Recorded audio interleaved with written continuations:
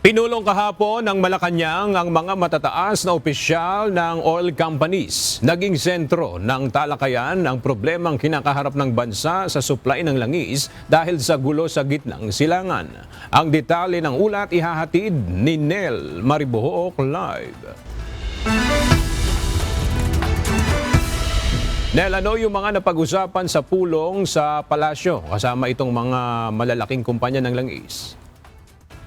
Yes, Gasumetro ang pulong kahapon kung papaano matitiyak na matatag ang supply ng produkto petrolyo habang pinoprotektahan ng mga consumer mula sa mga mapagsamantalang retailers.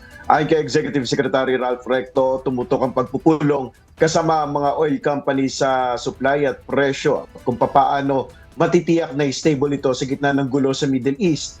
Bilang pagsunod na rin niya ito sa direktiba ni Pangulong Ferdinand Marcos Jr. na maprotektahan ng mamamayan mula sa epekto ng mega fuel price hike. Ayon kay ES Recto, isa sa malaking issue na dapat maresolba agad ay ang pagkagambala sa supply chain. Nagpapasalamat ang palasyo dahil nagbigay ng katiyakan ng oil companies na manageable sa ngayon ang anumang operational challenges na kanilang hinaharap. Ayon kay sa Executive Secretary, tinitingnan na ang ibang alternatibong paraan kung patuloy na mahaharang ang supply ng langis sa riyon dahil sa gyera.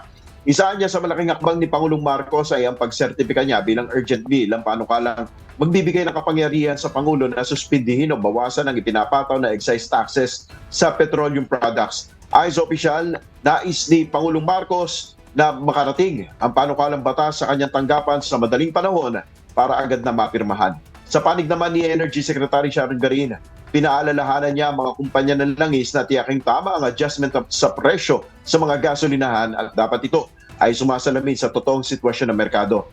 Sa nasabing pagpupulong, nilinaw ng kalihim na hindi niya papayagan at gagawa ng kaukulang aksyon ng pamahalaan sa labis o hindi makatwirang pagtaas sa presyo ng gasolina ng mga gasoline station.